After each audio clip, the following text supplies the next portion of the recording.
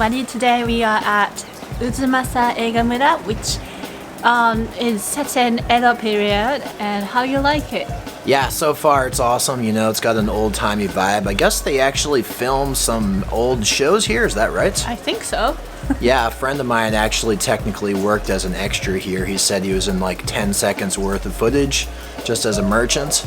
But yeah, it's cool. It's like a little mini amusement park here. They have different shows. Like, we just watched this ninja show. What was that, Akina?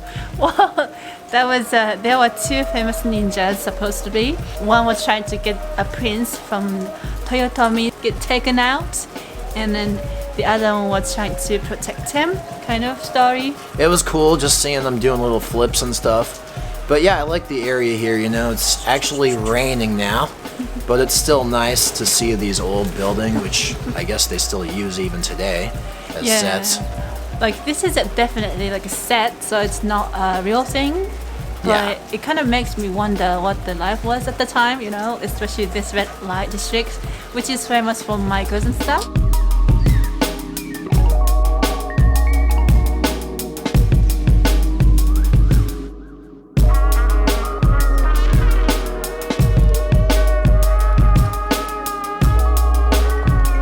Now, Akina, you actually liked one of these shows when you were really young, right? There's a show with a samurai guy. What's the deal with that? One is like one of the Tokugawa samurai, the shogun, comes down to the city like incognito. Yeah. And then he always managed to find a bad guy and then, you know, just fight. And he goes like, he usually goes like, "Have you forgotten my face?" And then he goes like, "Oh, you are the Shogun," and you know, bows and stuff, but like it was like, well, it doesn't matter even if he's the Shogun, just kill him. Yeah. Okay.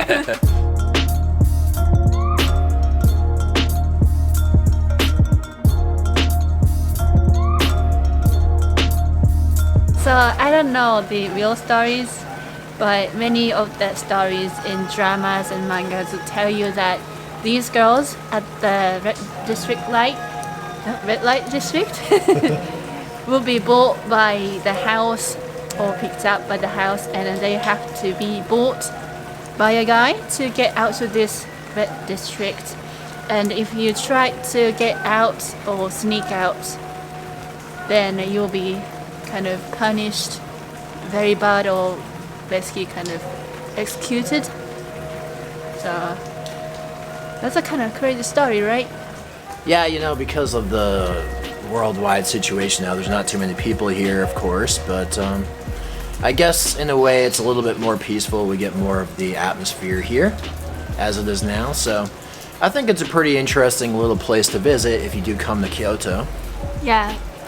So I guess we all have headed back to the city center and then go for a stroll, maybe?